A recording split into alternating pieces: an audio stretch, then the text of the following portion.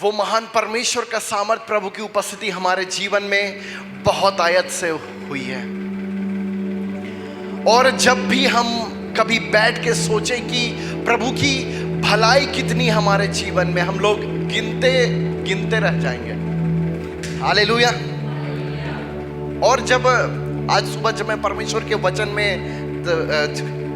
वचन को मैं देख रहा था, तो मैं अपने आप को ऐसा देख रहा था कि मैं फल खा रहा हूं। और उसी समय मुझे परमेश्वर ने बताया कि तुम्हें पता है इस दुनिया में कितना फल है? क्या आपको पता है इस दुनिया में कितना तरह का फल है? हम लोग को उतना फल के बारे में पता भी नहीं है ना? हम लोग जीवन भर इस पृथ्वी में सारे फल को खाते रह जाएंगे, लेकिन खत्म नहीं होगा, है ना? उसी प्रकार परमेश्वर की भलाई है। हमारा जीवन खत्म हो जाएगा, परमेश्वर की भलाई नहीं रुकने वाली है। आमीन। उसी प्रकार हम लोग परमेश्वर की भलाई का फल को भी खाएंगे। आमीन। हर रोज उसके लिए एक नई भलाई है हमारे जीवन में। हर रोज उसकी एक नई भलाई का फल है हमारे जीवन में। ये हमारे ऊपर है कि हम कितना खा सकते हैं। जो आपके बगल में उनको बोलिए कि ये आपके ऊपर है कि आप उसकी भलाई को कितना खा सकते हैं। और पता है, मैं इस बात को सोच रहा था रात को कि इस दुनिया में कोई भी ऐसा आदमी है क्या जो परमेश्वर की सारी भलाई को एक्सपीरियंस किया हो? है कोई ऐसा व्यक्ति जो परमेश्वर की सारी गुडनेस को, सारी भलाई को एक्सपीरियंस किया हो? है कोई ऐसा आदमी? पता नहीं मुझे भी अभी तक।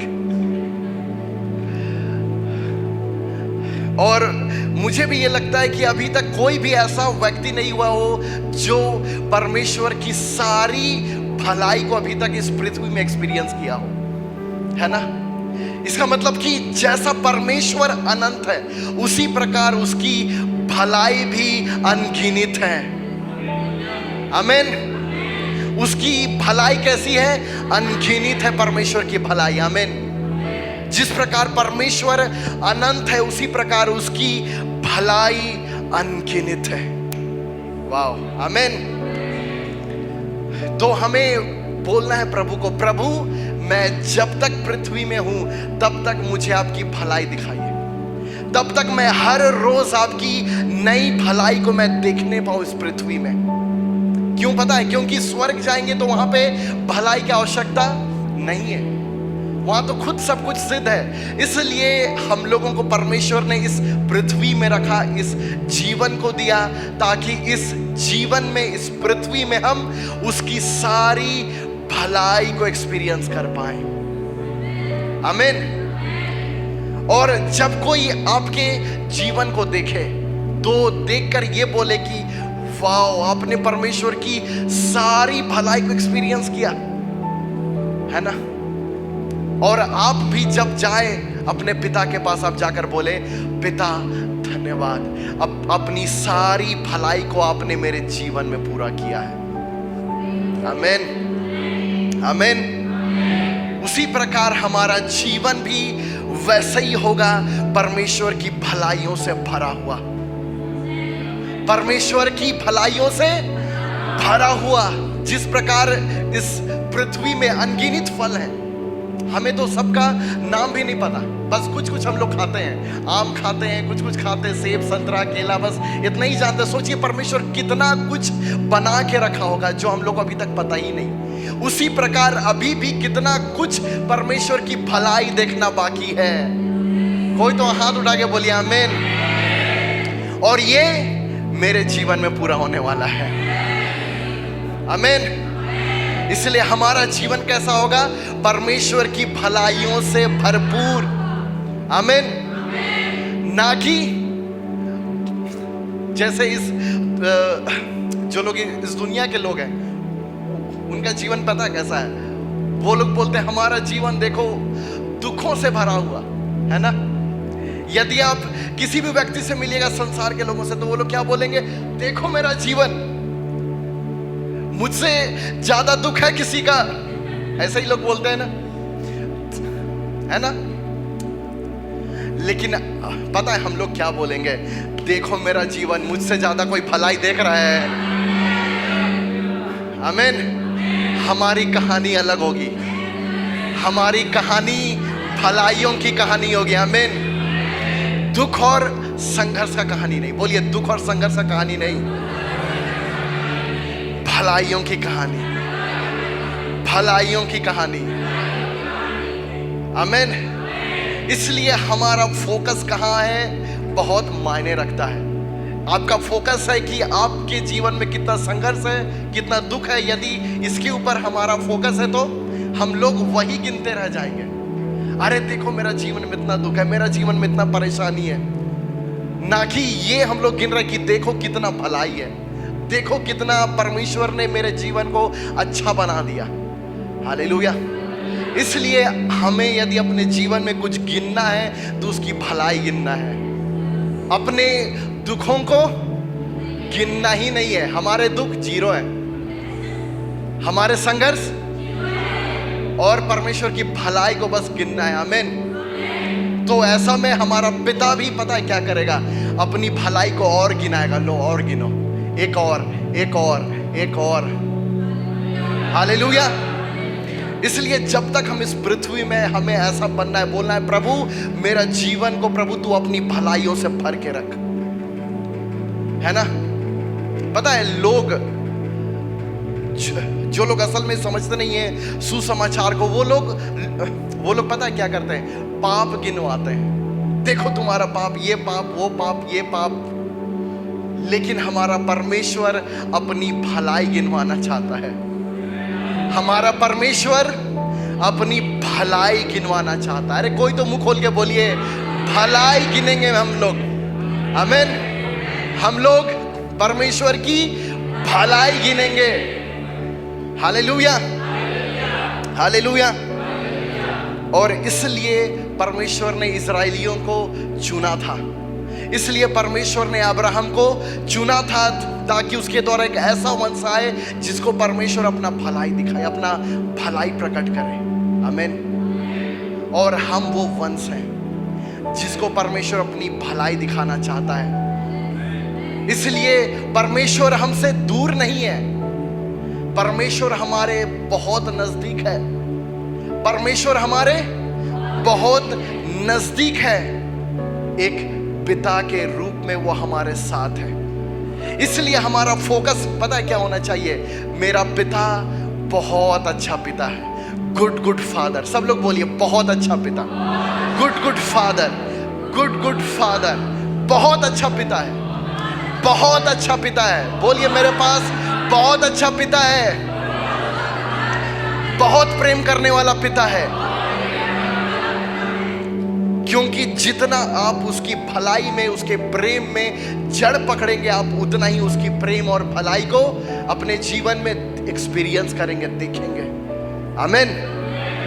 इसलिए जो पता है शैतान, वो इसी झूठ को लाना चाहता है कि परमेश्वर को लोग एक गुस्सा करने वाला, पापों का दंड देने वाला परमेश्वर के रूप में देखें। लेकिन पिता चाहता है कि हम उसे एक भला पिता के रूप में देखें। जो पिक्चर प्रभु यीशु मसीह लेकर आए पिता का, कि वो एक प्रेमी पिता है, वो एक करुणा से भरा हुआ पिता है। आमीन। हालेलुया,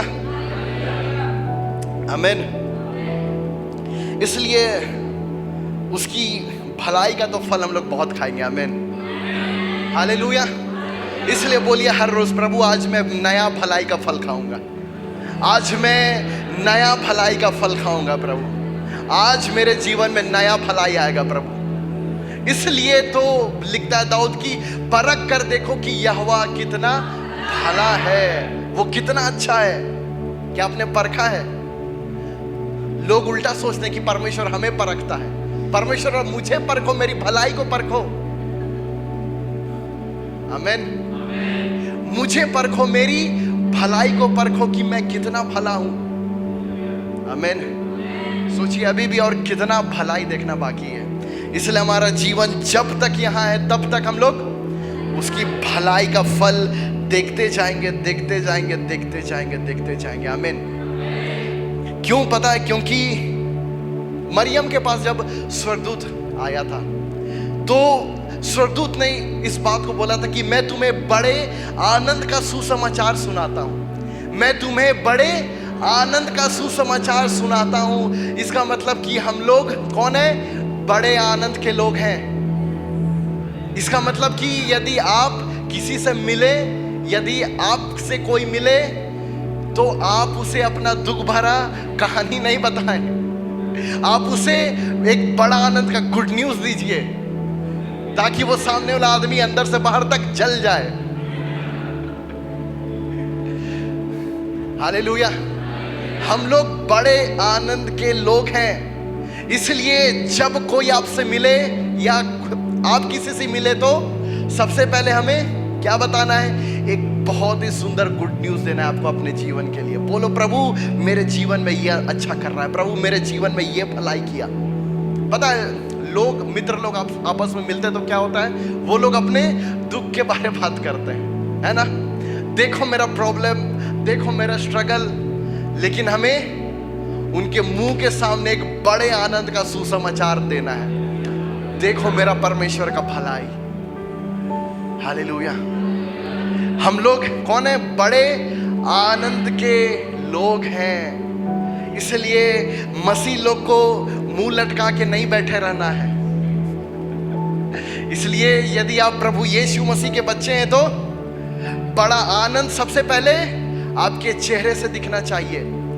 आदमी लोग, यदि कोई भी व्यक्ति जो यीशु को नहीं जानता, यदि वो आपसे मिले तो आपके अंदर के यीशु को देखने से पहले वो आपका चेहरा देखेगा।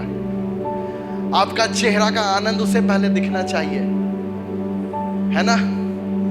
अगर आपका ही चेहरा अगर उतरा हुआ है, उदास है, तो आप उसको बोलेंगे भाई मैं यीशु के बारे में बताना चाहता हूँ, पहले अपना शकल तो ठीक कर लो, बोलेगा वो।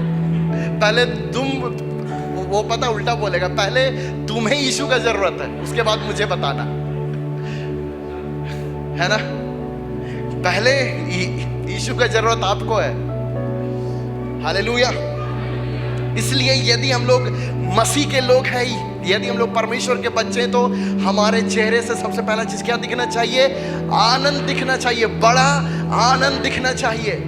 पता है, एक चीज मैं आपको बताना चाहता हूं कि चिंता, डर और उसके बोले परेशानी, ये उनके साथ चलता है जो लोग अविश्वास में रहते हैं, है ना? जो लोग यीशु मसीह पर विश्वास में दृढ़ नहीं रहते हैं, उस परमेश्वर के वायदों पर स्थिर नहीं रहते हैं, उनके साथ एक तरफ चिंता चलता है और एक तरफ डर चलता है। लेकिन जो लोग उसके वायदों पे दृढ़ हो जाते हैं, जो लोग उस परमेश्वर के वचनों पे खड़े हो जाते हैं, उनके साथ पता क्या चलता है? एक तरफ उसकी भलाई चलती है और एक तरफ आनंद चलता है। आमीन। इसलिए यदि आप मसीह के लोग हैं तो एक तरफ परमेश्वर की भलाई चलेगी और एक तरफ आनंद चलेगा। आमीन। और जो लोग चिंता का जीवन है, जिनका घबराहट का जीवन है, उनके साथ कैसा होगा पता है? उनका जीवन इस बात का प्रमाण है कि वो लोग विश्वास में कमजोर हैं, वो लोग विश्वास में कच्चे हैं। लेकिन जो लोग विश्वास में दृढ़ हो जाते हैं, वही लोग आनंद से चलते हैं। अब्राहम को देखिए। आमीन। हालेलुया। और एक चीज और है, यदि हम लोग उद्धार पाए, यदि आपने प्रभु यीशु को ग्रहण किया, कितने लोगों ने यीशु को माना है अपना प्रभु? कितने लोग यीशु को अपना प्रभु मानते हैं, अपना परमेश्वर मानते हैं? तो सबसे पहला बदलाव आपकी मानसिकता में दिखेगा। कहां दिखेगा वो? आपकी मानसिकता बदलेगी सबसे पहले। यदि आपने यीशु को अपना परमेश्वर माना है, यदि यीशु मसीह आपका प्रभु है, तो सबसे पहले मन बदलेगा। आमीन। सबसे पहले आपका सोचने का मानसिकता बदलेगा, माइंडसेट बदलेगा। हालेलुया। और सबसे पहला चीज आपके जीवन से डर खत्म हो जाएगा। आपके जीवन से डर खत्म हो जाएगा। आनंद वही लोग मनाते हैं जो डरते नहीं है। आनंद से वही लोग जीते हैं जो लोग चिंता नहीं करते हैं। और सेकंड चीज होगा कि आपको सब कुछ संभव लगने लगे। कोई भी चीज आपको असंभव नहीं लगेगा। यदि आप आज मसीह को अपनाए हैं तो ये दो चीज होना बहुत जरूरी है।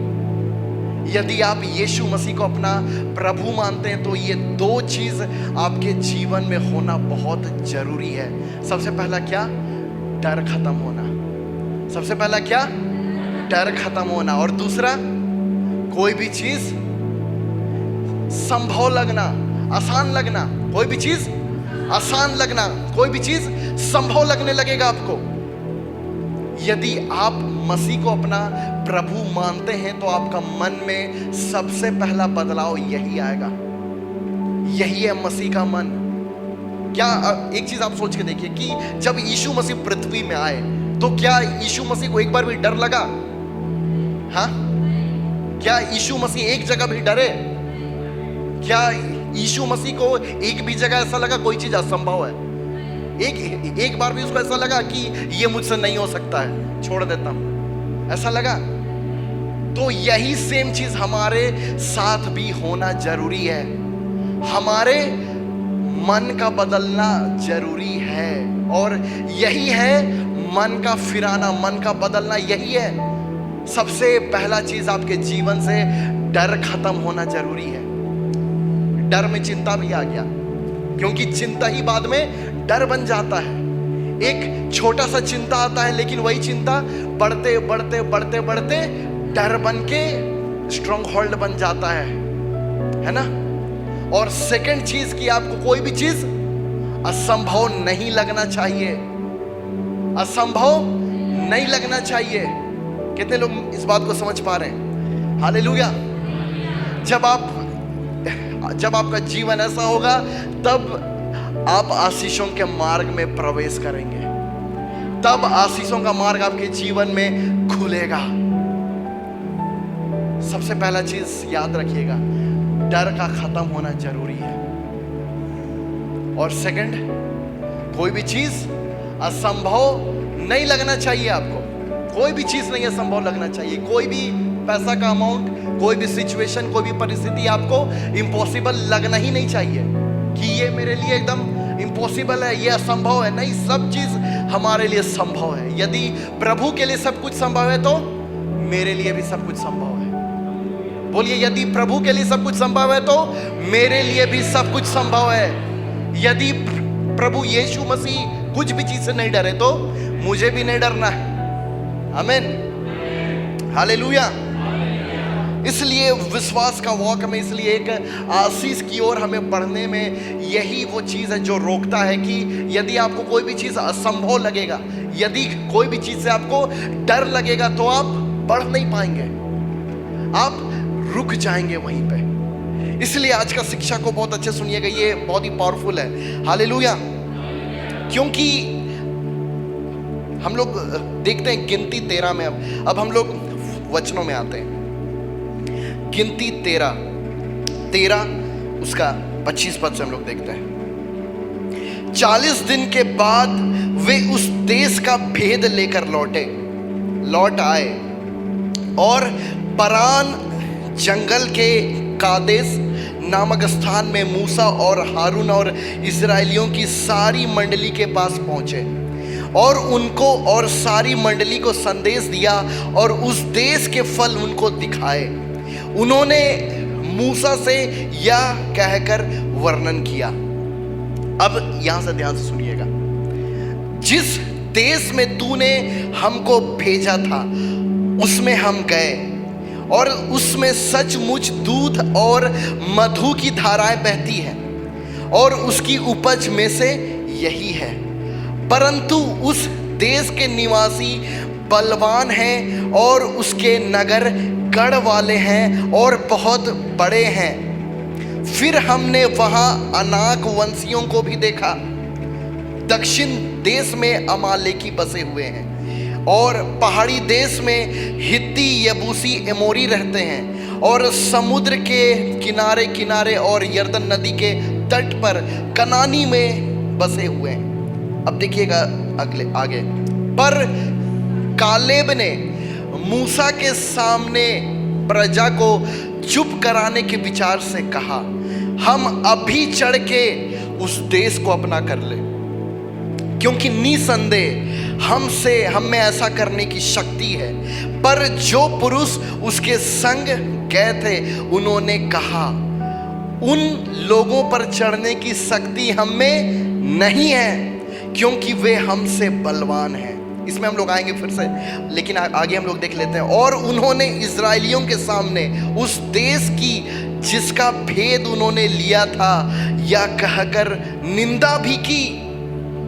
वह देश जिसका भेद लेने को हम गए थे ऐसा है जो अपने निवासियों को निगल जाता है, और जितने पुरुष हमने उसमें देखे वे सब बड़े डील डॉल के हैं। फिर हमने वहाँ नपीलों को अर्थात नपीली जाति वाले अनाक वंशियों को देखा, और हम अपनी दृष्टि में उनके समान टिड्डे के समान दिखाई पड़ते थे। कैसे दिखाई पड़ते थे हम उनके समान?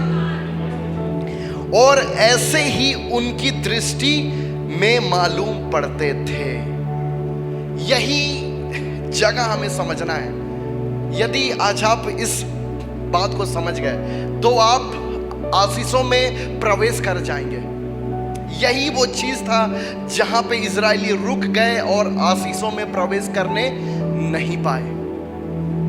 इसी जगह पता है क्या हुआ था? मूसा 12 लोगों को जो कनान देश है उसमें भेजता है, जिस जगह को परमेश्वर ने प्रतिज्ञा किया है उन्हें देने के लिए, कि वो देश मैं तुम्हें दूंगा, वो देश दूध और मधु की धाराओं का देश है। इसलिए वो चुनता है 12 लोगों को और उन्हें भेजता है 40 दिन तक तुम जाना उस देश को देखना कि वो देश कैसा है। और वो लोग 12 लोग 40 दिन घूम घाम के वहां से आते हैं, और वो लोग मूसा को बोलते हैं कि सचमुच वो देश कैसा है? दूध और मधु की धाराएं बहती हैं, उसका वहां का उपज उत्तम है। लेकिन वो लोग एक चीज और देखते हैं, वहां के निवासी बलवान हैं और उसके नगर गढ़ वाले हैं और बहुत बड़े हैं। हमने वहां अनाक वंशियों को देखा। ये पता है कौन लोग हैं अनाक वंशी और अमालेकी? ये लोग हैं दानव लोग। उस समय पृथ्वी में बड़े बड़े 25-30 फीट वाले दानव रहते थे। और उसके बाद देखिएगा यहां पे एक व्यक्ति है कालेब नाम का। यहां पे क्या बोल रहा है कालेब? पर कालेब ने मूसा के सामने प्रजा के लोगों को चुप कराने के विचार से कहा, हम अभी चढ़कर उस देश को अपना कर लें, क्योंकि निसंदेह हम में ऐसा करने की शक्ति है। पर जो पुरुष उसके संग गए थे उन्होंने कहा, इन लोगों पर चढ़ने की शक्ति हम में नहीं है, क्योंकि वे हमसे बलवान है। इस जगह पे हम लोग रुकते हैं। आज भी कई सारे मसीह लोग ऐसा ही बात करते हैं।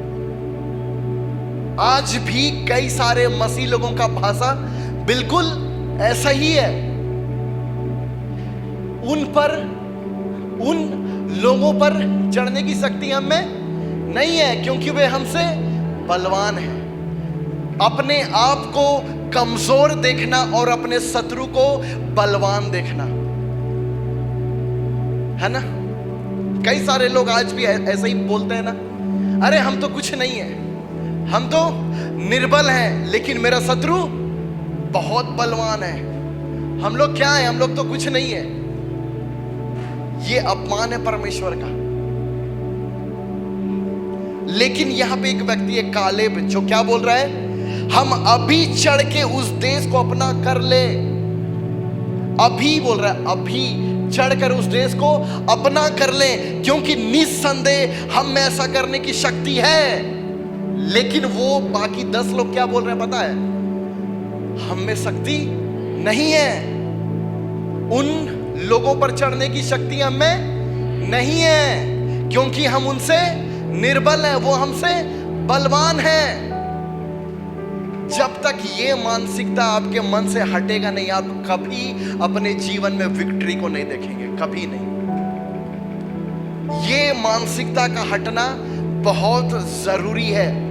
इसे हम लोग बोलते हैं विक्टिम माइंडसेट, जो अपने आप को निर्बल देखता है, जो अपने आप को कमजोर देखता है, जो अपने आप को कमजोर देखता। पिछले संडे मैंने आप लोगों को बताया था ना कि परमेश्वर के पुत्र से नीचे यदि हम कुछ भी देखते हैं तो वो उस क्रूस का अपमान है,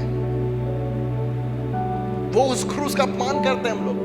यदि हम लोग अपने आप को पुत्र नहीं देखते हैं परमेश्वर का, तो वो उस क्रूस का अपमान है, क्योंकि उस क्रूस के द्वारा हम लोग पुत्र बने हैं। आमीन। इसलिए अपने आप को निर्बल नहीं देखना है, अपने आप को बलवान देखना है। क्यों पता है? क्योंकि परमेश्वर भी हमें वैसा ही देखता है जैसा मसीह है। जैसा मसीह है वैसे ही हम भी हैं। ये मानसिकता का हटना बहुत जरूरी है आज मसीह लोगों के मन से, क्योंकि 80 से 90% मसीही इसी मानसिकता से जीवन जीते हैं। अरे हम लोग तो कुछ नहीं, हम लोग तो निर्बल, हम लोग तो दुर्बल, लेकिन हमारा शत्रु बलवान है ना? ऐसा है। आप कभी अपने आप को सोचें, अरे हम तो निर्बल हैं, हम तो कमजोर हैं, मेरे से तो हो नहीं पाएगा। क्यों? क्योंकि हम तो निर्बल हैं।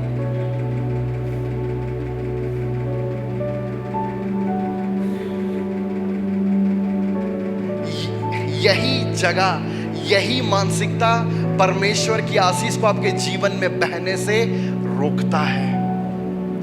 यही जगह परमेश्वर आपको जय तो देना चाहता है, लेकिन आप बोलते हैं प्रभु नहीं, मैं तो कमजोर हूं प्रभु।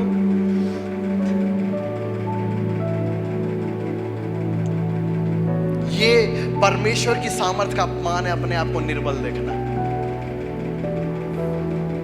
हालेलुया। और इसका अगला वचन देखते हैं 32 पद को। और उन्होंने इजरायलियों के सामने उस देश की जिसका भेद उन्होंने लिया था यह कहकर निंदा भी की। क्या की? वो लोग जिस देश को परमेश्वर देने वाला है, जो ब्लेसिंग को परमेश्वर देने वाला है, वो लोग घूम के आए, वो लोग देखे उस देश को, लेकिन अब वो लोग इजरायली प्रजा के सामने उस देश का निंदा कर रहे हैं। परमेश्वर की आशीष का निंदा करना आशीष को रोक देता है। परमेश्वर की आशीष का निंदा करना आशीष को रोक देता है। इसलिए यदि आप किसी को आप देखें, यदि कोई भी ऐसा व्यक्ति जिसके जीवन में परमेश्वर की आशीष बह रही है, कभी निंदा ना करें। अपने मुंह को निंदा करने से रोक दीजिए। यदि आपको दिखे कोई भी व्यक्ति जिसको परमेश्वर ब्लेस करके ऊंचा उठा रहा है, कभी निंदा मत कीजिए। बस बोलिए अब अगला नंबर मेरा होने वाला है, ये बोलिए। या तो आप जाइए नम्रता से और बोलिए कि आपने ये कैसे किया, मुझे सिखाइए। लेकिन मसीह लोग उल्टा करते हैं। यदि कोई मसीह व्यक्ति आशीषित होता है तो लोग निंदा करते हैं इसके पीछे उसके पीछे जाके। यदि आप उस आशीष का निंदा करते हैं तो वो आशीष कभी आपके जीवन में नहीं बहेगा, कभी नहीं, कभी नहीं बहेगा। वे लोग क्या किए? उस देश का निंदा किए जो परमेश्वर उनके लिए आशीष ठहराया था। कितने लोगों को समझ में आ रहा है? इसीलिए यदि आप कोई भी व्यक्ति को देखें, यदि परमेश्वर उसे ब्लेस कर रहा है, उससे चलना नहीं है, आनंदित हो जाना है और बोलना है कि प्रभु अब इसका नंबर आया, अब अगला नंबर मेरा होने वाला है। लेकिन मसीह लोग उल्टा कर लेते हैं। क्या करते हैं? देखो इसको, है ना? इसलिए हमें निंदा को अपने मुंह से आने से रोकना है। यदि आप किसी को देखें अच्छा उन्नति करते हुए तो मत निंदा कीजिए, बोलो प्रभु धन्यवाद, बोलिए प्रभु धन्यवाद कि आपने इस भाई को ब्लेस कर दिया, ये भाई आशीष में आ चुका है। हालेलुया। वो लोग क्या करने लगे? निंदा करने लगे। ये है दूसरा चीज जो आशीष को बहने से रोक देता है। हालेलुया।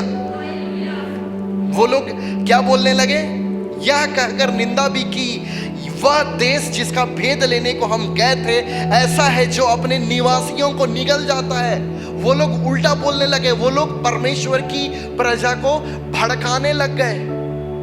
परमेश्वर की प्रजा को वो लोग भड़काने लग गए कि वो देश क्या करता है, अपने निवासियों को निगल जाता है। लेकिन परमेश्वर क्या बोला था? मैं वहां बसाऊंगा उन्हें। लेकिन वो लोग क्या बोलने लगे? जो अपने निवासियों को निगल जाता है, और जितने पुरुष हमने उसमें देखे वे सब के सब बड़े डील डॉल के हैं। मूर्ख लोग हमेशा अपने शत्रुओं को, अपने विरोधियों को ज्यादा शक्तिशाली देखते हैं। कौन लोग? मूर्ख लोग। यदि आप किसी ऐसे व्यक्ति से मिले जो अपने विरोधियों का तारीफ कर रहा है, तो उसे बोलना कि यही भाई रुक जाओ,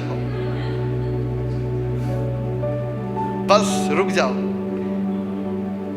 वो लोग क्या बोलने लगे? जितने पुरुष हमने उसमें देखे वे सब के सब बड़े डील डॉल के हैं। उन्हें अपना परमेश्वर दिखा नहीं कि मेरा परमेश्वर कितना सामर्थी है। उन्हें ये दिखा नहीं कि मेरा परमेश्वर सबसे महान परमेश्वर है। वे लोग ये देख नहीं पाए कि उनका परमेश्वर सबसे महान परमेश्वर है। इस पृथ्वी का, इस पूरी सृष्टि को रचने वाला परमेश्वर है। वो ये नहीं देखे, बल्कि वो क्या देखे? वहां के पुरुष सब के सब बड़े डील डॉल के हैं। वो लोग ये नहीं देख पाए कि वो लोग फिरौन को मार के आए हैं, वो लोग मिस्र को उजाड़ के आए हैं, लाल समुद्र उनके लिए अलग हो गया। वो लोग ये नहीं देख रहे, लेकिन वो लोग क्या देख रहे हैं? अरे वहां के लोग बड़े हट्टे कट्टे लोग हैं, लंबे चौड़े लोग हैं, 25-25 फीट के नपीली लोग हैं, अनाकवंशी लोग रहते हैं। हम लोग वहां जाएंगे, हमें कच्चा चबा जाएंगे। आज भी कई मसीह लोग यही भाषा बोलते हैं, कई मसीह लोग यही भाषा बोलते हैं। आज भी मानसिकता बदला नहीं है। इसलिए मैंने इस बात को बोला कि यदि आप मसीह में आए तो सबसे पहले आपकी मानसिकता बदलना जरूरी है। सबसे पहले आपका मन बदलना जरूरी है। इसलिए यदि आप अपने आप को तुच्छ समझ रहे हैं तो आप अपमान कर रहे हैं उस परमेश्वर की सामर्थ का। यदि आप बोले प्रभु हमसे तो नहीं होगा, प्रभु मैं तो कुछ नहीं, प्रभु, अरे आप अभी तक जान नहीं पाए हैं वो परमेश्वर कौन है, इसलिए आप ऐसा बोल रहे हैं। हालेलुया। अब देखिए आखिरी वचन को, 33 पद। फिर हमने वहां नपीलों को, अर्थात नपीली जाति वाले अनाक वंशियों को देखा। इनको देखकर वो लोग डर गए। ये लोग कौन थे? वही बड़े बड़े 35-40 फीट के दानव लोग। उनको देखा और हम, अब इसी जगह को हमें पकड़ना है, और हम अपनी दृष्टि में उनके सामने टिड्डे के समान दिखाई पड़ते थे। आज मसीह लोग भी यही बोलते हैं, हम कौन है? टिड्डे जैसे, हम तो कुछ नहीं है। यहां पे देखिएगा, हम अपनी दृष्टि में उनके सामने टिड्डे के समान दिखाई पड़ते थे। हालेलुया। इसके पीछे का भेद बहुत गहरा है। मसीही लोगों की आंख अलग होनी चाहिए, उनकी दृष्टि अलग होनी चाहिए। वे लोग अपनी दृष्टि में अपने आप को कैसे देख रहे हैं? टिड्डे के समान। किनके सामने? उनके सामने हम लोग कैसे हैं? टिड्डे हैं। किनके सामने? हम अपनी दृष्टि में उनके सामने कैसे हैं? टिड्डे हैं। कीड़े हैं हम लोग उनके सामने में। कैसे हैं उनके सामने हम लोग? कीड़े हैं। ये लोग खुद बोल के भविष्यवाणी कर रहे हैं, हम लोग तो अरे हम लोग कीड़े, हम लोगों को ऐसे मसल देगा। आपकी दृष्टि अलग होनी चाहिए, आपकी मानसिकता अलग होनी चाहिए। ये हम लोग विश्वास के लोग हैं। यही चीज परमेश्वर के दिल को चोट पहुंचाता है जब हम लोग अपनी दृष्टि से अपने आप को देखते हैं बजाय परमेश्वर की दृष्टि से अपने आप को देखने के। इस बात को समझ पा रहे हैं आप लोग? हमें अपनी दृष्टि से अपने आप को नहीं देखना है, हमें परमेश्वर की दृष्टि से अपने आप को देखना है। हमें परमेश्वर की दृष्टि से अपने आप को देखना है कि हम कौन हैं, हम कौन हैं। परमेश्वर हमें टिड्डे जैसा नहीं देखता है, परमेश्वर हमें कीड़ा के जैसा नहीं देखता है। ना तो परमेश्वर इन्हें कीड़ा के जैसा देख रहा था, परमेश्वर इन्हें अपनी प्रजा के रूप में देख रहा था। ये मेरी प्रजा है, ये मेरे बच्चे हैं। लेकिन ये मूर्ख लोग अपने आप को क्या देख रहे हैं? अरे हम तो कीड़े हैं इनके सामने। अरे परमेश्वर उनको कीड़ा देख रहा है तुम्हारे सामने। परमेश्वर उल्टा देख रहा है, नहीं समझ पाए। उनके सामने, इनके सामने परमेश्वर उनको कीड़ा देख रहा है। हालेलुया। उनके सामने ये लोग अपने आप को क्या देख रहे हैं? कीड़े हैं। लेकिन परमेश्वर इनको देख रहा है कि वो इनके सामने कीड़े जैसे हैं। आमीन, हालेलुया। इसलिए जो आपके बगल में बैठे उनको बोलिए कि आपकी दृष्टि अलग होनी चाहिए। आपका देखना संसारिक लोगों जैसा नहीं होना चाहिए। यदि आप अभी भी अपने आप को देखते हैं कीड़े, तो अभी भी आप हैं, आगे नहीं बोलना नहीं है। हालेलुया। इसलिए आप नहीं हैं कीड़े मकोड़े। परमेश्वर आपको पुत्र देखता है और ये चीज परमेश्वर के हृदय को तोड़ देता है। सच में अपने आप को कम देखना, पुत्र से कम देखना, ये परमेश्वर के हृदय को तोड़ता है। क्योंकि पुत्र होने के लिए परमेश्वर ने लहू बहाया, सब कुछ किया। और जो पिछले संडे हम लोगों ने देखा था वही चीज है। फिर से अपने आप को STSC देखना, ये उस क्रूस का अपमान है। सच में अपमान है उस क्रूस का। यदि आप अभी भी देखते हैं अपने आप को आदिवासी, SC या कुछ भी देखते हैं जो पुत्र के पद से नीचे, तो सच में उस लहू का हम लोग अपमान करते हैं। क्योंकि वो लहू हमें पुत्र बनाया है। वो प्रभु यीशु मसीह का लहू बहा है, वो परमेश्वर का लहू बहा है। और वो लहू हमें फिर से हमें पुत्र का जगह पे लाके खड़ा कर दिया है। आमीन। इसलिए हम लोग कोई टिड्डे मकोड़े नहीं है। कोई यदि कोई बोले है तुम लोग STSC, नहीं है हम लोग पुत्र हैं। जो परमेश्वर हमें देखता है वो है। हम लोग उसके लहू से धोए गए हैं। इसलिए बहुत लोग, आधे मसीह लोग तो ऐसे ही जीते हैं। अरे हम लोग तो पापी हैं, पापी हैं, पापी है। अपने आप को पापी देखना, उस लहू का इनकार करना है। अपने आप को पापी देखना, उस लहू का इनकार करना है। क्यों? क्योंकि वो लहू हमें धोकर धर्मी ठहरा दिया है। प्रभु यीशु मसीह का लहू हमें धो दिया। यीशु का लहू धो दिया हमें, और वो श्वेत वस्त्र हमें पहना दिया गया है। वो श्वेत वस्त्र, इसलिए बोलते हैं हम लोग कि हम सभी परमेश्वर की धार्मिकता बना दिए गए। हम परमेश्वर की धार्मिकता बना दिए गए। कोई तो बोलिए मैं धर्मी हूं, मैं परमेश्वर की धार्मिकता बना दिया गया हूं। इसलिए आपसे ज्यादा ब्लेस्ड लाइफ कोई नहीं जी सकता। आपसे ज्यादा महिमा का जीवन और कोई नहीं जी सकता है।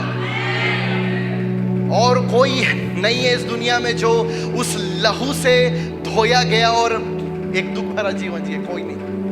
हम लोग उस लहू से धोए गए हैं। वो लहू का मार्क लगा हुआ है हमारे ऊपर। हालेलुया। इसलिए शैतान भी छूने से हमें डरता है। यदि कोई दुष्ट आत्मा आए तो बोलना, लाखों स्वर्गदूत खड़े हैं, बच नहीं पाओगे। क्या बोलना है? लाखों स्वर्गदूत खड़े हैं, बच नहीं पाओगे।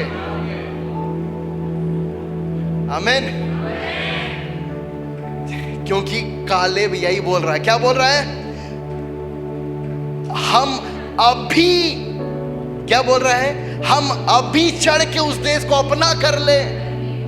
अभी, 5 दिन के बाद नहीं। बाकी लोग डर रहे हैं, लेकिन यह क्या बोल रहा है? अभी हम उस देश को अपना कर ले, क्योंकि निसंदेह, मुझे कोई संदेह ही नहीं है, कोई संदेह नहीं है, निसंदेह हम में ऐसा करने की शक्ति है।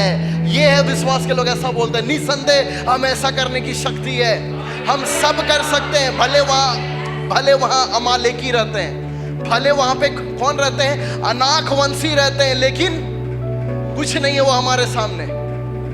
निसंदेह हमें ऐसा करने की शक्ति है।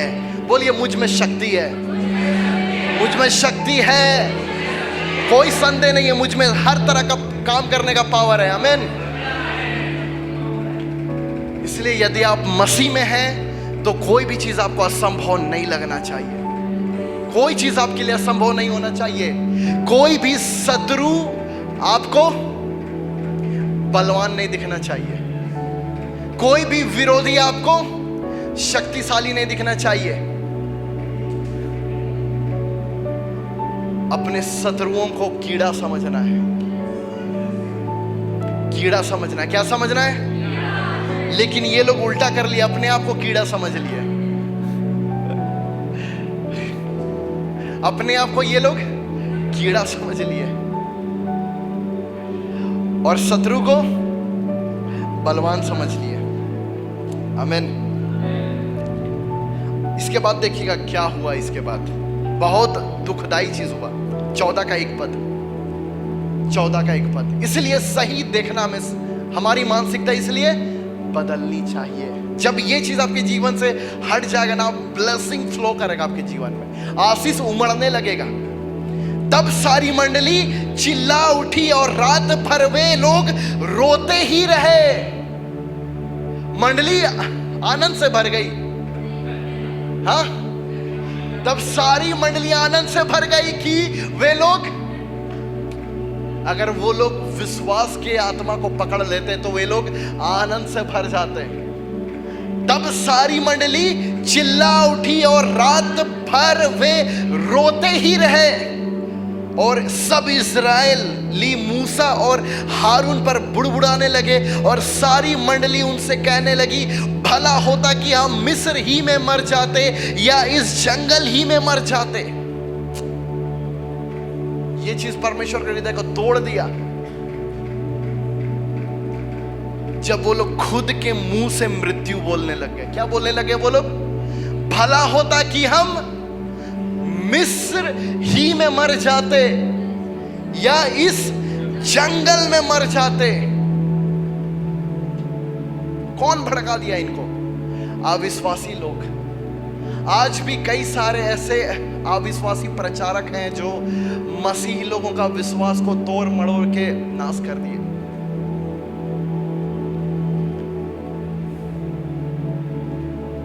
मंडली के पास अविश्वास कहां से आया? इन्हीं लोगों के कारण, अपने अगुवों के कारण। आज मसीह की कलीसिया के पास कहां से आया अविश्वास? उन्हीं के अगुवों के कारण।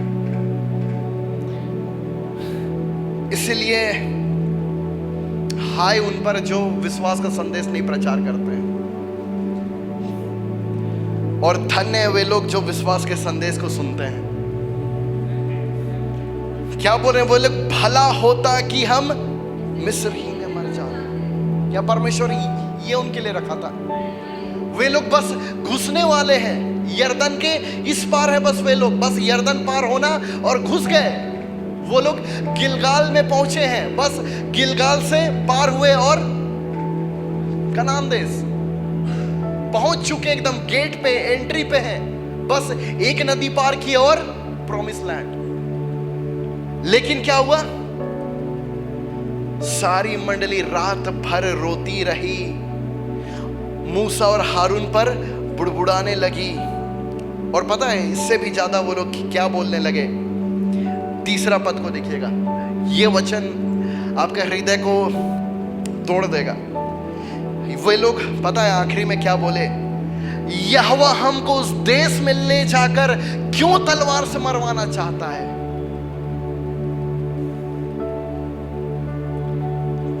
यहोवा हमको उस देश में ले जाकर क्यों तलवार से मरवाना चाहता है? हमारी स्त्रियां और बाल बच्चे तो लूट में चले जाएंगे, क्या हमारे लिए अच्छा नहीं कि हम मिस्र देश को लौट जाएं?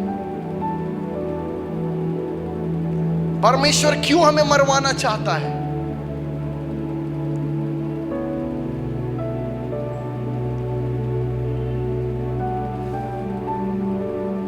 हालेलुया। क्यों उस देश में ले जाकर हमें तलवार से मरवाना चाहता है?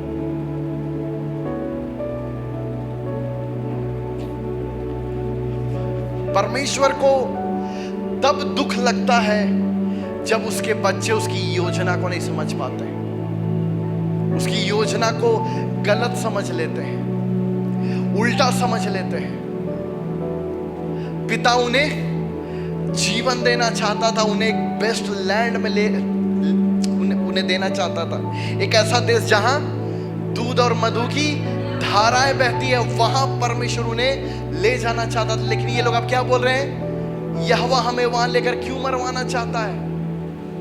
अरे मूसा और हारून छोड़ो, वो लोग परमेश्वर से बलवा करने लग गए। क्या बोल रहे हैं परमेश्वर को? क्यों यहोवा हमें वहां लेकर मरवाना चाहता है? आज भी मसीह लोग बोलते हैं, क्यों परमेश्वर मेरे जीवन में इतना दुख ला रहा है? क्यों परमेश्वर मेरे जीवन में बीमारी ला रहा है? क्यों परमेश्वर मेरे जीवन में इतना संकट ला रहा है? क्योंकि आपको पता नहीं है उसकी इच्छा क्या है आपके लिए। ऐसे ही अंधे इजरायलियों के जैसा पता नहीं है, इसलिए मेरे जीवन में परमेश्वर कुछ अच्छा ही नहीं करता है। क्यों बोल रहे हैं लोग? क्योंकि उन्हें पता नहीं है पिता का हृदय कैसा है, पिता का उनके लिए इच्छा क्या है।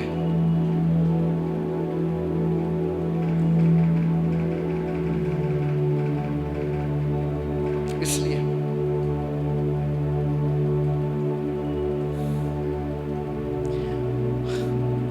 और पता है एक ही चीज है जिससे परमेश्वर को सबसे ज्यादा गुस्सा आता है, एक ही चीज है जो परमेश्वर को क्रोधित करता है। पूछिए क्या? अविश्वास। यही अविश्वास। विश्वास बिना उसे प्रसन्न करना अनहोना है। तो अविश्वास ही है जो उसे परमेश्वर को दुखित करता है। हमारे पाप नहीं, हमारा अविश्वास। और अविश्वास क्या है? यही देखिए जो वो बोल रहे हैं। उन्हें ये विश्वास ही नहीं हुआ कि परमेश्वर ये जमीन हमें दे सकता है, ये देश दे सकता है हमें। इसलिए वो लोग अब क्या बोल रहे हैं? इससे अच्छा हम लोग भला होता, क्या बोल रहे हैं? भला होता कि हम मिस्र में ही मर जाते या इस जंगल में मर जाते। क्या बोल रहा? भला होता कि हम मिस्र में ही मर जाते और जंगल में ही मर जाते। और ये चीज परमेश्वर का हृदय को चोट पहुंचा दिया।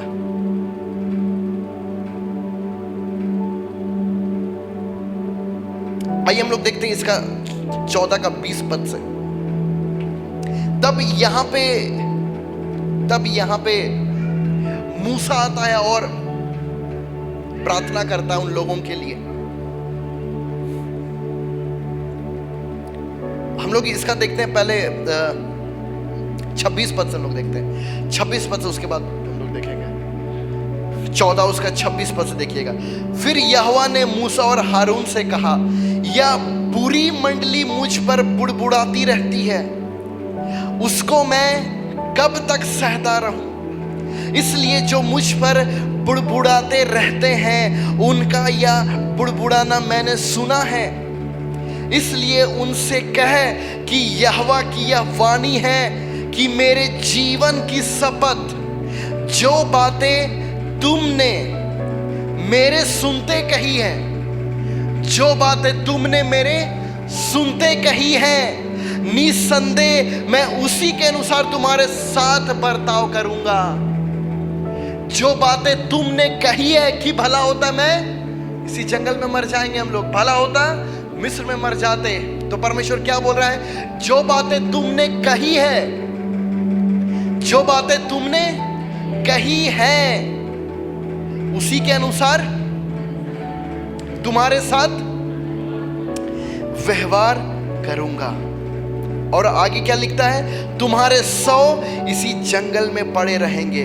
तुम सब में से 20 वर्ष या उससे अधिक आयु के जितने गिने गए थे जो और मुझ पर बुड़बुड़ाते थे, और इसमें यपुने का पुत्र कालीब और यहोशू को छोड़ कोई भी उस देश में जाने ना पाएगा जिसके विषय में मैंने शपथ खाई है कि तुमको उसमें बसाऊंगा। आज लोग अपने अविश्वास के कारण एक आशीषित जीवन को जीने से चूक जा रहे हैं, ऐसे ही अविश्वास के कारण। इसलिए वो लोग उस अविश्वास के कारण जंगल में मर गए। हालेलुया। इसलिए सबसे पहला चीज, हमें तुच्छ नहीं समझना है उन आशीषों को। हमारा माइंडसेट बदलना है, विक्टिम माइंडसेट नहीं, पुत्र वाली मानसिकता। और ये है तीसरा चीज जो सबसे खतरनाक चीज है, सॉरी चौथा चीज है। तीसरा चीज देखना दृष्टि, और ये है चौथा चीज अविश्वास। अविश्वास के कारण। लेकिन यहां पे एक व्यक्ति है कालेब, देखिएगा 24 पद को। परंतु इस कारण कि मेरे दास कालेब के साथ और ही आत्मा है, इस कारण कि मेरे दास कालेब के साथ और ही आत्मा है और उसने पूरी रीति से मेरा अनुकरण किया है, मैं उसको उस देश में जिसमें वह हो आया है पहुंचाऊंगा और उसका वंश उस देश का अधिकारी होगा। आमीन। सिर्फ 2 जन यहोशू और कालेब को छोड़ के सारे लोग वहीं जंगल में मर गए, अविश्वास के कारण, अविश्वास के कारण।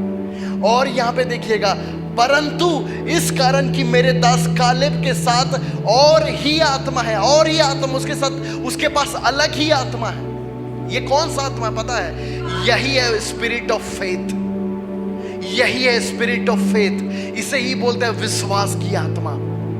और ये हर परमेश्वर के बच्चों के अंदर ये विश्वास की आत्मा होना जरूरी है। या तो आपके अंदर विश्वास का आत्मा होगा या तो अविश्वास का।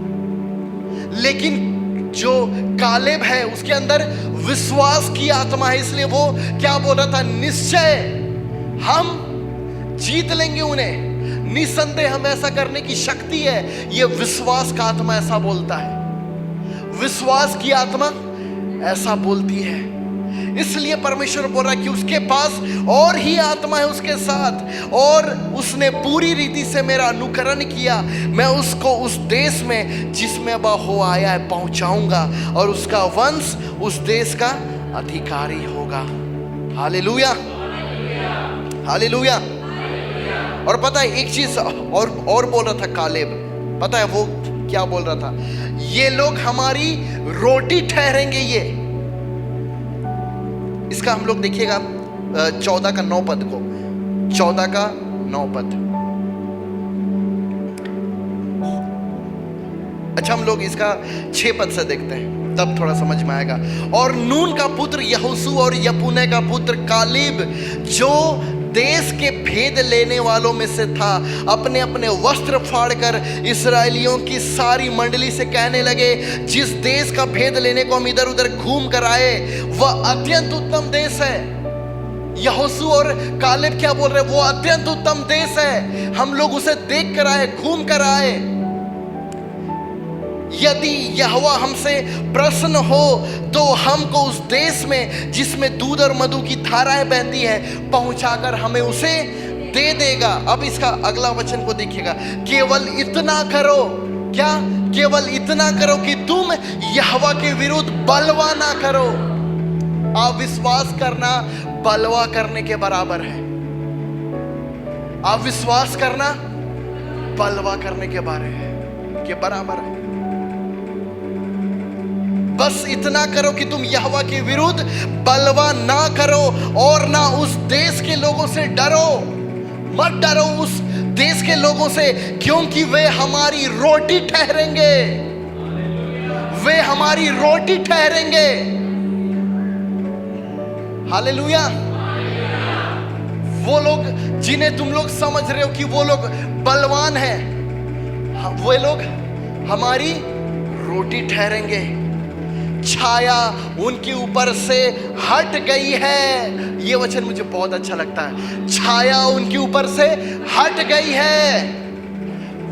आमीन।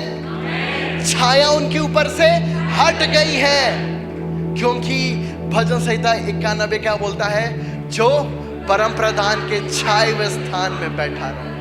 हम छाए के नीचे बैठते हैं, हम छाया के नीचे हैं। आमीन। और छाया उनके ऊपर से हट गई है, इसलिए वे हमारी रोटी ठहरेंगे और यहोवा हमारे संग है, उनसे ना डरो। विश्वास के लोग ऐसा भाषा बोलते हैं। विश्वास के लोग ऐसी भाषा बोलते हैं। आमीन। लेकिन क्या हुआ? तब सारी मंडली बोली, हाँ तुम लोग सही बोल रहे हो, ये बोली। हाँ, देखिएगा वचन। तब सारी मंडली चिल्ला उठी, इन पर पथराव करो, इन पर पथराव करो। क्या बोली सारी मंडली? ओ बहुत अच्छा बोल रहे, हाँ चलो चलेंगे। क्या बोली सारी मंडली? इन पर पथराव करो, इन्हें मार डालो। क्यों? क्योंकि ये लोग विश्वास का संदेश प्रचार कर रहे हैं। ये लोग विश्वास का संदेश प्रचार कर रहे हैं। ये लोग झूठे प्रचारक हैं। मसीह लोगों को गरीब रहना है। मसीह लोगों को दुख पे दुख उठाना है। मसीह लोगों के लिए अच्छा कुछ भी नहीं है, अच्छा स्वर्ग में है। इसलिए इन पर पथराव करो।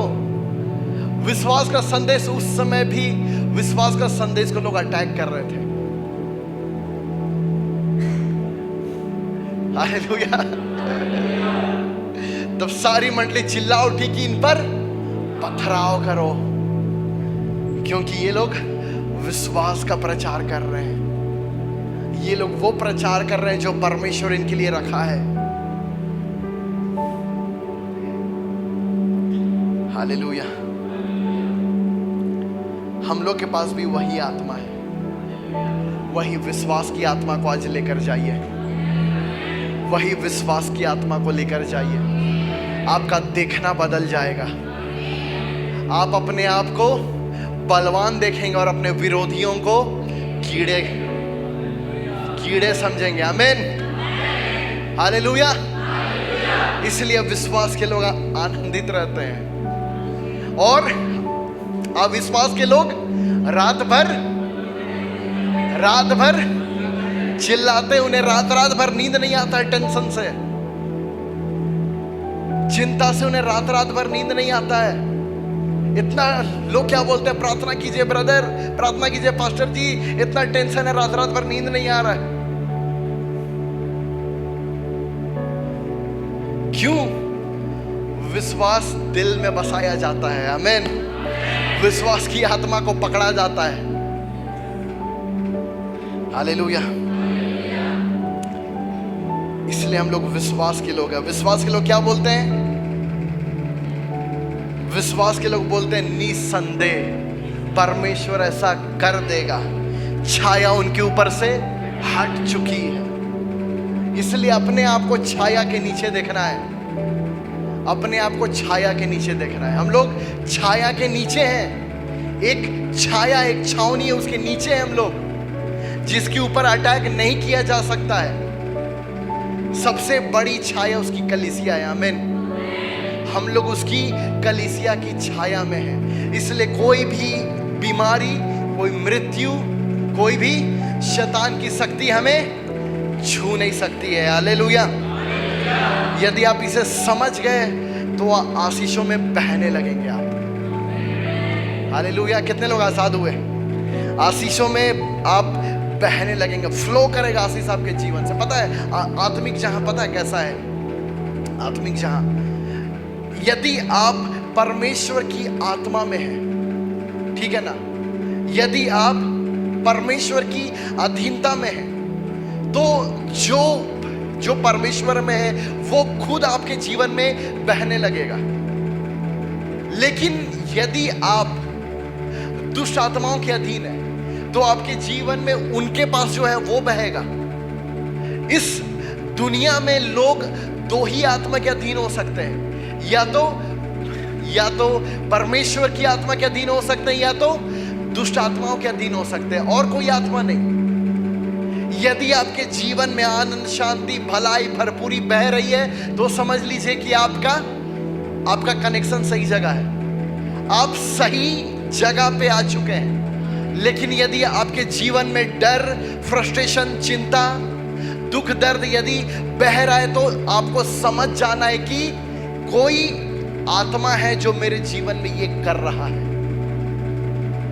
इसलिए हमें सचेत रहना। इसलिए प्रभु बोले आत्माओं को परखो, आत्माओं को परखो। हम कौन सी आत्माओं के नीचे हैं? आमीन। इसलिए प्रभु ने कलीसिया को रखा ताकि हम वो सर्वशक्तिमान परमेश्वर की आत्मा के नीचे रहें, ताकि वो जो उस आत्मा में है वो हमारे जीवन में बहे। हालेलुया।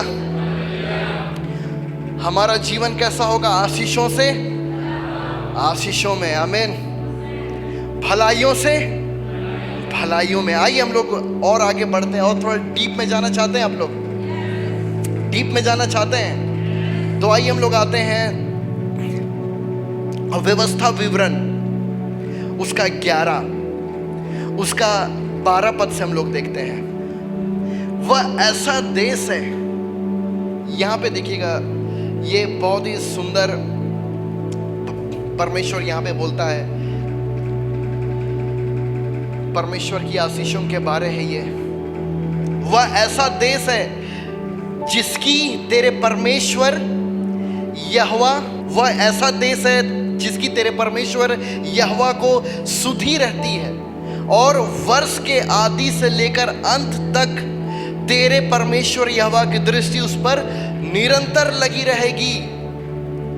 और यदि तुम मेरी आज्ञाओं को जो मैं आज तुम्हें सुनाता हूं ध्यान से सुनकर अपने संपूर्ण मन और अपने सारे प्राण के साथ अपने परमेश्वर यहोवा से और उसकी सेवा करते रहो, तो मैं तुम्हें देश में बरसात के आदि और अंत दोनों समयों की वर्षा को अपने अपने समय पर बरसाऊंगा, जिससे तू अपना अन्न और नया दाख, मधु और टटका तेल संचय करेगा।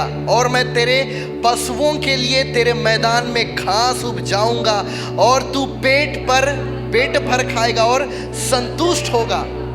इसलिए अपने विषय में सावधान रहो, ऐसा ना हो कि तुम्हारे मन धोखा खाए और बहकर दूसरे देवताओं की पूजा करने लगो और उनको दंडवत करने लगो, और यहोवा का कोप तुम पर भड़के।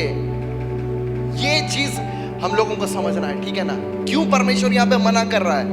दूसरे देवताओं की पूजा मत करना। क्यों? इसलिए जो अभी हम लोग देखें, इसके पीछे का आत्मिक सिद्धांत वही है। यदि आप परमेश्वर की आराधना करते हैं तो जो परमेश्वर के अंदर है वो आपके जीवन में खुद बहने लगेगा, है ना।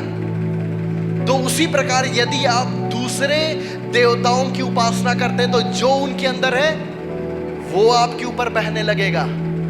इसलिए परमेश्वर मना कर रहा है कि तुम दूसरे देवताओं की उपासना मत करना। हालेलुया। क्योंकि ऐसा करने से, इसलिए तुम लोग धोखा ना खाना, इसलिए तुम लोग ध्यान देना, ऐसा करने से तुम लोग ब्लेसिंग से चूक जाओगे। और यहाँ पे एक चीज को मैं आप लोगों को मैं दिखाना चाहता हूं कि ध्यान से सुनकर अपने संपूर्ण मन, अपने सारे प्राण के साथ अपने परमेश्वर यहोवा से प्रेम रखो और उसकी सेवा करते रहो। दो चीज क्या बोल रहा है परमेश्वर?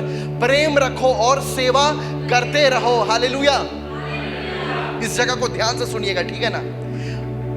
क्या बोल रहा है? प्रेम करते रहो और सेवा करते रहो। प्रेम रखो और सेवा करते रहो। प्रेम और सेवा करना, ये आपके जीवन में ब्लेसिंग्स को बहुत भयंकर खोलता है। परमेश्वर का सेवा करना, इसलिए सेवा से भागना नहीं है।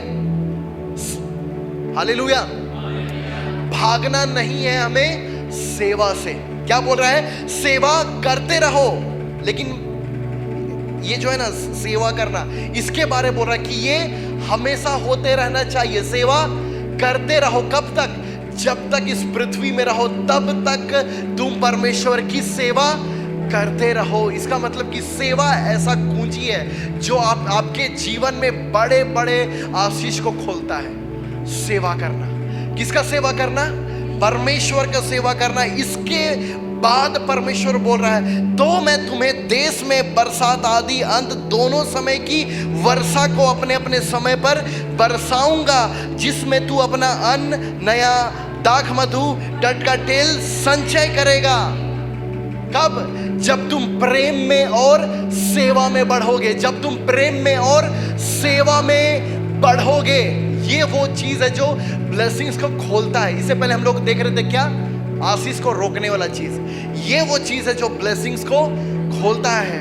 परमेश्वर का प्रेम में बढ़ना, ये देखना कि परमेश्वर कितना प्रेमी है, उस प्रेम को और जानना, उस प्रेम में और बढ़ना। और दूसरा, सेवा में बढ़ना। पहला प्रेम में बढ़ना और सेवा में बढ़ना। इसलिए आप देखिएगा क्यों अमेरिका, इंग्लैंड, ये लोग इतने आशीषित हुए, क्योंकि वो लोग सेवा बहुत किए। अभी नहीं, उस जमाना में, आज से 300 साल पहले वहां से मिशनरी निकल के पूरे दुनिया में गए। इसलिए परमेश्वर उनके पूरे देश को ब्लेस किया, हर चीज को ब्लेस किया। इसलिए जब हमारे राज्य से भी, हमारे देश से भी जब लोग सेवा के लिए निकलेंगे, हमारे देश को परमेश्वर ऊंचा उठाएगा। आमीन। क्या चीज? प्रेम में बढ़ना और सेवा में बढ़ना। ये चीज को मत भूलिए कभी आज से। क्या? प्रेम में बढ़ना और सेवा में बढ़ना। आमीन। तब परमेश्वर क्या बोल रहा है कि तो मैं तुम्हारे देश में बरसात और आदि और अंत दोनों के समयों की वर्षा को अपने अपने समयों पर बरसाऊंगा। ये वर्षा कुछ नहीं है, ये वर्षा अब बदल गया। अब ये परमेश्वर आपको सप्लाई देगा। उस समय वर्षा से अब हमारा सैलरी आता है, वो परमेश्वर क्या करेगा? देगा समय समय पर। आमीन। और तू अपना अन्न, नया दाख मधु, टटका तेल संचय कर सकेगा। और मैं तेरे पशुओं के लिए, तेरे लिए मैदान में घास उगाऊंगा। तू पेट भर खाएगा और संतुष्ट होगा। पेट भर खाना आशीष है। हालेलुया। पेट भर खाना आशीष है और संतुष्टि से खाना आशीष है। आमीन। इसलिए बोला कि इसलिए तू सावधान रहना कि कोई दूसरे देवता की उपासना मत करना, क्योंकि ये आत्मिक नियम है। यदि तू मेरे अधीन रहेगा, यदि तू मेरी उपासना करेगा तो मेरी आशीषों को तू पाएगा, वो बहने लगेगी तुम्हारे जीवन में। लेकिन यदि तू जाए किसी और का उपासना करेंगे तो उसके पास जो है वो बहेगा।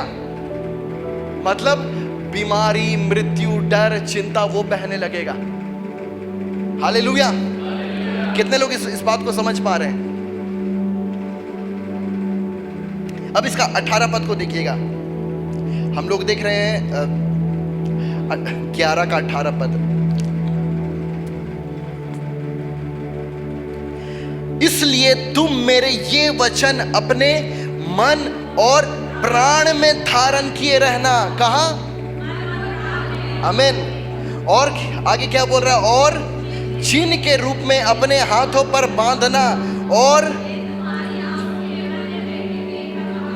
आमीन। और तुम घर में बैठे, मार्ग पर चलते, लेटते उठते इनकी चर्चा करके अपने बच्चों को सिखाया करना। क्या? मेरे वचन, मेरे वचन। आमीन।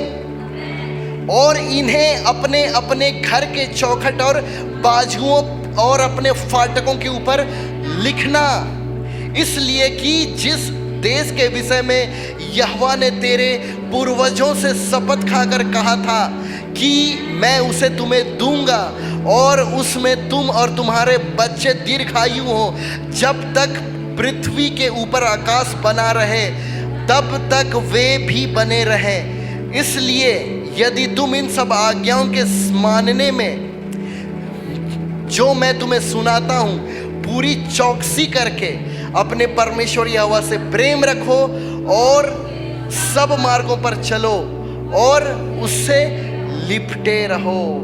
हालेलुया। वचन से ही इतना सारा प्रतिज्ञा। क्या बोल रहा? दिन रात वचन ही वचन। आमीन। वचन ही वचन। आमीन। और इसका देखिएगा 24 पद को। जिस जिस स्थान पर तुम्हारे पांव के तलवे पड़े वे सब तुम्हारे ही हो जाएंगे, अर्थात जंगल के लबानोन तक और परात नामक महानद से लेकर पश्चिम के समुद्र तक तुम्हारी सीमा होगी। तुम्हारे सामने कोई भी खड़ा ना रह सकेगा कि जितनी भूमि पर तुम्हारे पांव पड़ेंगे उस सब पर रहने वाले के मन में तुम्हारा परमेश्वर यहोवा अपने वचन के अनुसार तुम्हारे कारण उनमें डर और थरथराहट उत्पन्न कर देगा। सुनो, मैं आज के दिन तुम्हारे आगे आशीष और श्राप दोनों रख देता हूं। आमीन। ये सब कुछ एक्टिवेट कैसे होता है? मेरे वचन। क्या बोल रहा है परमेश्वर? मेरे वचन। 18 पद में देखिएगा क्या बोल रहा है? मेरे वचन। इसलिए तुम मेरे ये वचन अपने मन अपने प्राण में धारण किए रखना। आमीन। वचन कहाँ होना चाहिए? आपके हृदय में और आपके मुंह में। आमीन। आपके हृदय में, आपके मुंह में वचन होने चाहिए। आमीन। हालेलुया। और देखिएगा एक चीज यहाँ पे परमेश्वर बोला, वचन पे चलने का मतलब आप लोग समझते हैं वचन पे चलना क्या होता है? वचन पे चलने का मतलब क्या होता है पता है? आप किस चीज के ऊपर हम लोग चलते हैं? किस चीज के ऊपर हम लोग चलते हैं? कुछ ना कुछ सरफेस होना चाहिए चलने के लिए, है ना? इसका मतलब कि वचन को इतना रियल आप बना ले कि वचन सरफेस बन जाए आपके लिए, तब आप वचन पे चलने लग जाएंगे। वचन आपके लिए एकदम रियल हो जाए। हालेलुया। वचन आपके लिए एकदम रियल होना चाहिए। हालेलुया। और यहां पे एक वचन मुझे बहुत अच्छा लगा, तुम्हारे पांव के तलवे जहां पड़ेंगे। क्या बोला? तुम्हारे पांव के तलवे जहां पड़ेंगे वे सब तुम्हारे ही हो जाएंगे। वे सब तुम्हारे ही हो जाएंगे, अर्थात जंगल से लबानोन तक ये सब कुछ जहां जहां तुम्हारे पांव के तलवे पड़ेंगे। बोलिए, मेरे पांव के तलवे आशीषित हैं। आपका राज्य कहां तक होगा? ये आपके पांव के ऊपर परमेश्वर ने छोड़ा है। आप कितना जय देखेंगे ये आपके पांव में है। आमीन, हालेलुया। आपके पांव के तलवे, परमेश्वर नहीं बोल रहा कि मैं बोल रहा हूं यहां से वहां तक, तुम्हारे पांव के ऊपर है। तुम्हारे ऊपर है कि तुम कितना जय अपने जीवन में देख पाओगे। ये तुम्हारे पांव के ऊपर है। हालेलुया। तुम्हारे पांव के तलवे जहां पड़ेंगे वे क्या हो जाएंगे? तुम्हारे ही हो जाएंगे। हालेलुया। इसलिए कोई भी परिस्थिति यदि लगे बड़ा है तो क्या बोलना है? मेरे पांव के नीचे, मेरे पांव के नीचे है। ये स्थिति मेरे पांव के नीचे है। कोई भी परिस्थिति, कोई भी सिचुएशन हमारे तो वो आपका हो जाएगा। आमीन, हालेलुया। तुम्हारे सामने कोई भी खड़ा ना रह सकेगा। लेकिन इसके ऊपर एक चीज, एक बहुत सुंदर ब्लेसिंग है, एक बहुत सुंदर ब्लेसिंग है। उसको हम लोग थोड़ा सा देखेंगे। 21 पद को देखिएगा। 21 पद, इसलिए कि जिस देश के विषय में यहोवा ने जो तेरे पूर्वजों से शपथ खाकर कहा था, उसमें मैं उसे दूंगा और उसमें तुम और तुम्हारे बच्चे दीर्घायु हो। तुम और तुम्हारे बच्चे दीर्घायु हो, और जब तक पृथ्वी के ऊपर आकाश बना रहे तब तक वे भी बने रहे। आमीन। आधा जीवन हमारा नहीं है। क्या बोला? तुम और तुम्हारे बच्चे उसमें दीर्घायु हो। क्या हो? दीर्घायु हो। हम सभी लोग दीर्घायु का आशीष में जीने वाले हैं। आमीन। हमारे बच्चे दीर्घायु का आशीष में जिएंगे। और क्या बोल रहा है? जब तक पृथ्वी के ऊपर आकाश बना रहे तब तक वे भी बने रहे। हमारे वंशों का अंत नहीं होगा। कोई हमें समय से पहले, लोग बोलते ना कि प्रभु ने चाहा ले गया। नहीं, ये परमेश्वर हमारे लिए, हमारे ऊपर छोड़ा है कि हम पृथ्वी में कितना लंबा जीवन जीना चाहते हैं। बोलिए, दीर्घायु का जीवन, दीर्घायु का जीवन, लंबा जीवन। किनका? तुम और तुम्हारे बच्चे दीर्घायु हो। तुम और तुम्हारे बच्चे दीर्घायु हो। और जब तक से, परमेश्वर इतना ही नहीं बोला, और जब तक पृथ्वी के ऊपर आकाश बना रहे तब तक वे भी बने रहेंगे। जब तक पृथ्वी के ऊपर आकाश बना रहेगा तब तक वे भी बने रहेंगे। इसलिए दीर्घायु का हक है हमें जीना, दीर्घायु का जीवन। ये आशीष है, लंबा जीवन जीना। आमीन। क्या है? लंबा जीवन जीना, ये ब्लेसिंग है। आमीन, हालेलुया। उसके सब मार्गों पर चलो और उससे लिपटे रहो। हालेलुया। ये सब क्या है? ब्लेसिंग है। कोई तुम्हारे सामने खड़ा ना रह सकेगा। और जितनी भूमि पर तुम्हारे पांव पड़ेंगे उस सब पर रहने वाले के मन में तुम्हारा परमेश्वर यहोवा अपने वचन के अनुसार तुम्हारे कारण उनमें डर और घबराहट उत्पन्न कर देगा। लड़ने का जरूरत नहीं है, पांव रखना है बस। क्या करना है? लड़ना नहीं है, पांव रखना है। आमीन। और देखिए, एक चीज हम लोग देखकर अंत करेंगे। सुनो, मैं आज के दिन तुम्हारे आगे आशीष और श्राप दोनों रख देता हूं। क्या रख देता हूं?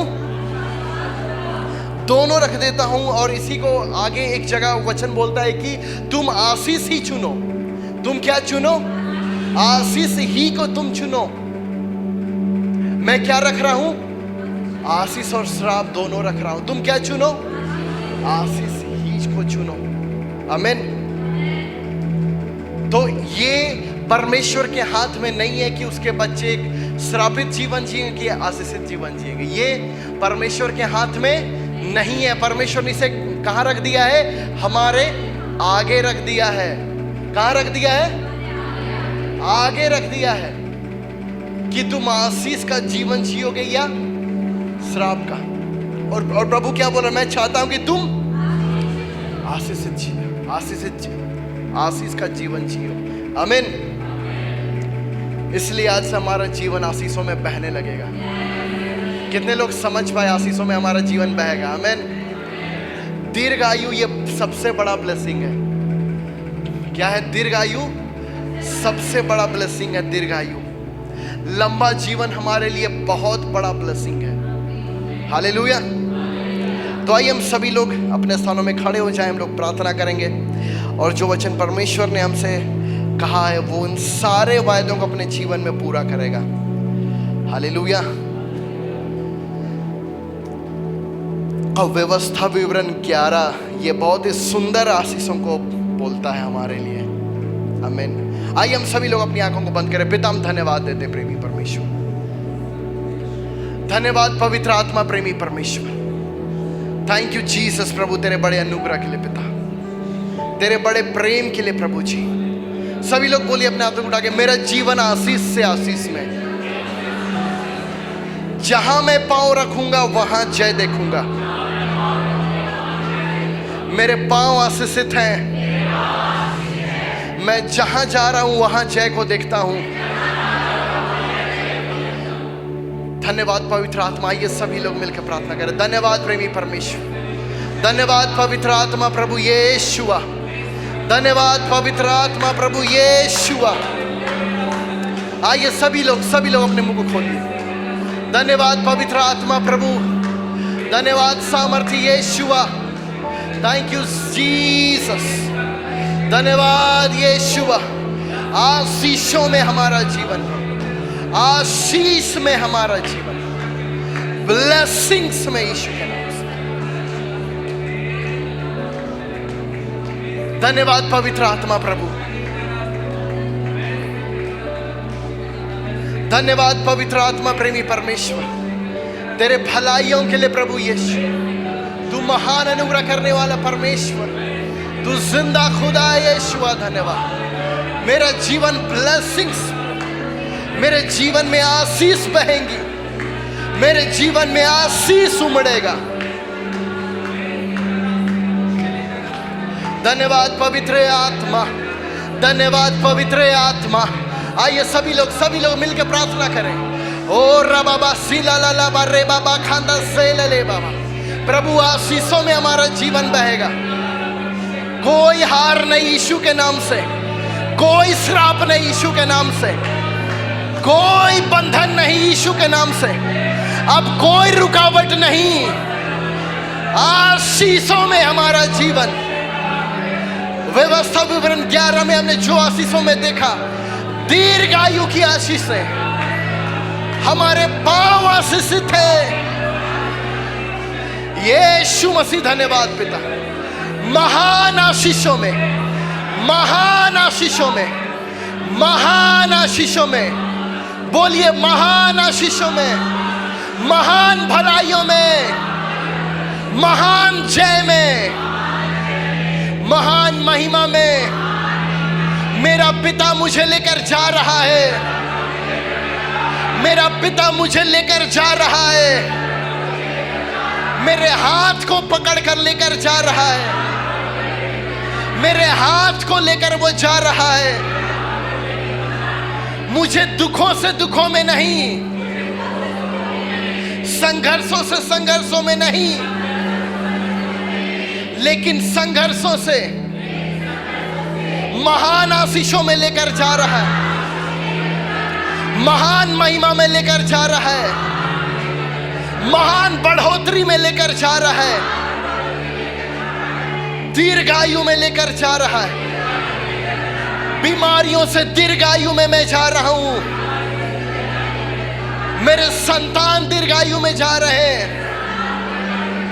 मेरा परिवार दीर्घायु में जा रहा है। मेरा भाग बहुतायत की आशीष है, क्योंकि मैं यीशु के लहू के कारण, उसके क्रूस के दाम के कारण मैं पुत्र हूं। घोषणा कीजिए, मैं पुत्र हूं। मैं आत्मिक जहां में स्वर्ग में खड़ा हूं। जैसा मसीह पिता के पास है, वैसा ही मैं पृथ्वी में हूं। जैसा मसीह में है, वैसा ही सारी आशीष मेरे ऊपर है। मैं आशीष होने के लिए बुलाया गया, जय का जीवन जीने के लिए, महिमा का जीवन जीने के लिए, सामर्थ का जीवन जीने के लिए, बहुतायत का जीवन जीने के लिए। मेरा जीवन महिमा की कहानी लिखना शुरू कर चुका है। धन्यवाद पवित्र आत्मा, तेरा वचन प्रभु मेरे हृदय में, मेरे मुंह में, मेरे प्राण में, उठते बैठते तेरा वचन प्रभु मेरे दीवार में, मेरे सब जगह प्रभु, मेरे घर में सब जगह तेरा वचन यीशु, सिर्फ तेरा वचन यीशु। मैं तेरे वचन पे खड़ा होता हूं। तेरा वचन प्रभु, विश्वास की आत्मा को आज मैं लेता हूं प्रभु। आज मैं विश्वास की आत्मा का इंपार्टेशन लेता हूं प्रभु। यहाँ आज यहाँ विश्वास की आत्मा का इंपार्टेशन हो रहा है प्रभु। फेथ जनरेशन में विश्वास की आत्मा का इंपार्टेशन हो रहा है प्रभु। विश्वास की आत्मा का इंपार्टेशन, विश्वास की भाषा निकलेगी आज से यीशु के नाम से। विश्वास की दृष्टि होगी, विश्वास से देखने लगेंगे हम, उन अनदेखी वस्तुओं को देखने लगेंगे। ओ यीशुआ, आशीष देता है तू बेशुमार, अद्भुत है तेरा ये प्रेम अपार। आशीष देता है तू बेशुमार, अद्भुत है तेरा ये प्रेम अपार। मेरे खुदावन हो धन्यवाद यीशु प्रभु। मेरे खुदावन हो धन्यवाद यीशु प्रभु। धन्यवाद पवित्र आत्मा। मैं कई द्वारों को मैं खुला हुआ देखता हूं। मैं कई द्वारों, यहां आने से पहले ही परमेश्वर ने मुझे इस बात को बताया कि कई आशीषों को आप देखते जाएंगे अपने जीवन में। आशीषों का कई द्वार खुला हुआ है।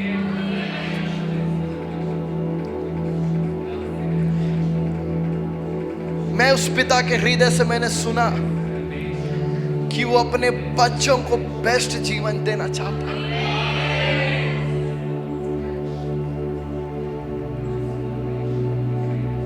वो दीर्घायु देना चाहता है। धन्यवाद पवित्र आत्मा, धन्यवाद यीशुआ। तेरी आत्मा आज भी बात करती है प्रभु। तेरी आत्मा आज भी कलीसिया से बातें कर रही है और एक विश्वास की महान पीढ़ी खड़ी हो रही है प्रभु। तू हमें इस देश में, तू हमें इस राज्य में, इस शहर में तू हमें ऊंचा उठाएगा प्रभु। तू हमें यहां ब्लेस करेगा यीशु। तू तू हमें ऊंचा पे ऊंचा उठाता जाएगा यीशु।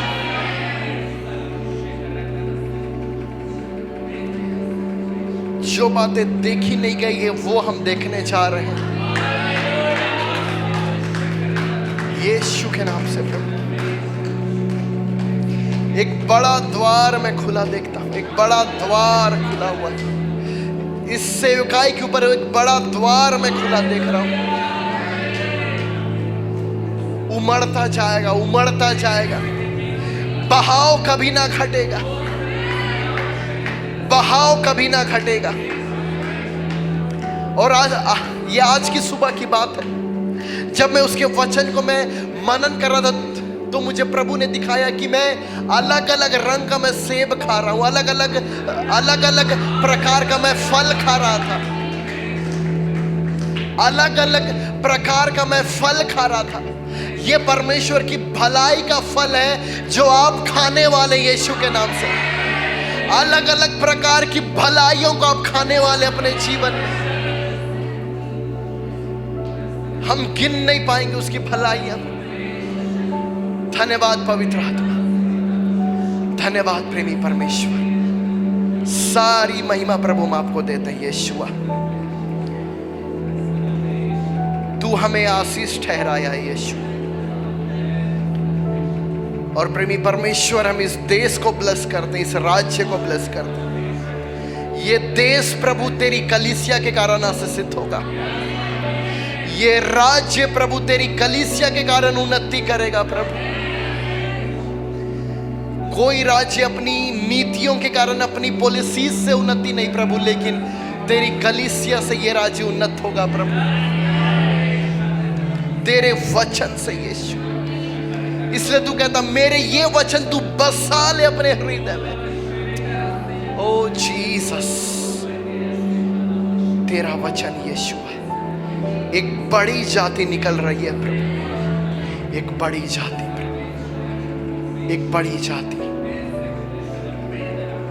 अपने सिर पर हाथ रखिए और बोलिए मैं यहां से, अब सभी लोग अपने सिर पर हाथ रखिए और बोलिए मैं आज यहां से आशीष होकर जा रहा हूं, आशीष बनकर जा रहा हूं, आशीष का बहाव लेकर जा रहा हूं